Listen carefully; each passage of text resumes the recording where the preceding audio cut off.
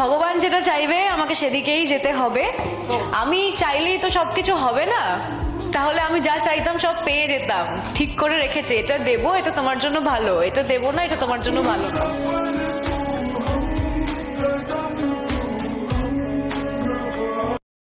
বন্ধুরা, এতক্ষণ তোমরা দেখলে কিভাবে খুব কম সময়ের মধ্যে একটি সিনারি আঁকা যায়। দেখো, এই সিনারিটির মধ্যে বেশি কিছু আমি আঁকিনি, তো 3টে ফুল এঁকেছি। আর এইমাত্র দেখো দূরে আকাশে একটি সূর্য কিভাবে উদিত হয়েছে। এইবার ল্যান্ডে আমরা সবুজ রং করছি, জমিতে সবুজ রং করে দিচ্ছি। দেখো ঘাসগুলোর উপরে যে 3টি ফুল ফুটেছে, প্রথম ফুলটি হচ্ছে হলুদ রং, আমি একটু লালচে দিয়ে সাইডটা করে দিলাম।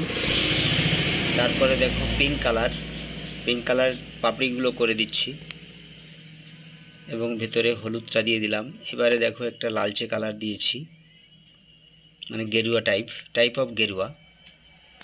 সাইডে একটু হলুদের টাচ দিয়ে দিলাম। তারপরে দেখো ঘাসগুলো কিভাবে এঁকে দেওয়া হচ্ছে, কত দ্রুততার সহিত আমাদের আঁকতে হবে, কত কম সময়ের মধ্যে আমরা একটা সিনারিকে মনোজ্ঞ করে তুলতে পারি। তাতে করে কি হবে, আমাদের কম সময়ের মধ্যে আঁকার একটা অভিজ্ঞতা বাড়বে এবং কম সময়ের মধ্যে রং দেওয়ার অভিজ্ঞতা বাড়বে। তোমরা আলাদা করে অন্য রং দিতে পারো, তাতে কোনো অসুবিধা নেই।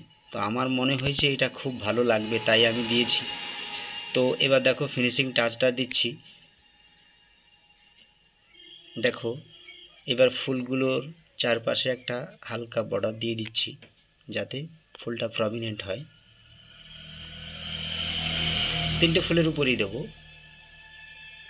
যাতে ভালো লাগবে বা একটু প্রমিনেন্ট হয়। তো বন্ধুরা দেখো, এবার আকাশে সূর্য হলুদ রং করে দিলাম, সাইড দিয়ে একটু দাগ দিয়ে দিচ্ছি। আজকের ভিডিও এই পর্যন্ত।